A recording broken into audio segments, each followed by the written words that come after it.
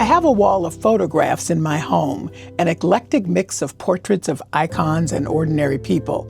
Every day I pass by a photo of Reverend Jesse Jackson Jr. He's near a heavily draped window with a shaft of light illuminating his face. He's standing alone, seemingly in a meditative state.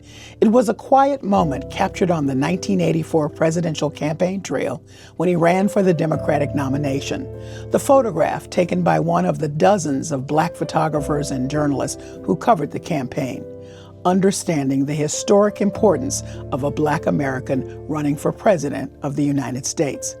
As news of Reverend Jackson's passing was announced, Mark Morial, the president of the National Urban League, crystallized the impact of Reverend Jackson's campaign, saying Reverend Jesse Jackson made it possible for Barack Obama. Reverend Jackson took the lessons he learned as one of the Reverend Dr. Martin Luther King Jr.'s lieutenants and became a leader in his own right for the modern civil rights movement. He used his extraordinary gifts as an orator to both build coalitions across race and class and build up Black communities economically and spiritually.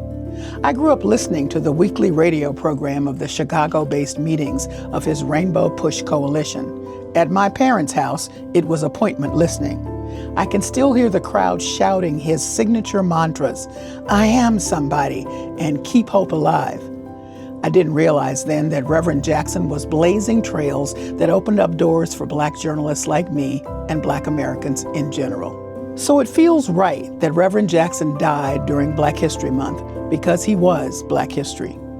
Right that one of the last lions of the civil rights movement, who was on the balcony in Memphis when King was assassinated, should take his last breath during the time when Black history is under threat of erasure. Right that the Reverend Jackson, who weathered scandals and public failures, never stopped working for social justice as a civil rights leader, a hostage negotiator, a preacher, and presidential hopeful.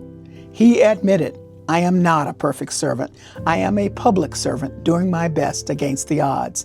God is not finished with me yet." During my career, I've had many opportunities to be in rooms around or near Reverend Jackson. He never failed to stay on message. America can do better, and we, the people, can win. I interviewed Reverend Jackson for The Forum at Boston's John F. Kennedy Presidential Library and Museum some years ago. The subject was strategies and tactics in the struggle for civil and human rights. Even while discussing some of the most difficult struggles, Reverend Jackson emphasized the need to have hope, telling the audience, "When it's real dark, a little light goes a long way." Reverend Jesse Jackson Jr., civil rights leader and historic pathbreaker. His accomplishments embedded in the pages of American history and in the consciousness of Black communities, sending him off to join the ancestors with words that would be familiar to him from Matthew 25:21. "Well done, thy good and faithful servant. Well done." I'm Callie Crossley. Thanks for watching. Don't forget to subscribe below and click the playlist button for more Rooted videos. And a big thank you to our sponsor, Brightbound, for supporting this conversation. Brightbound is reimagining career readiness, helping middle and high school students explore their passions, try out career paths, and make confident decisions about their future.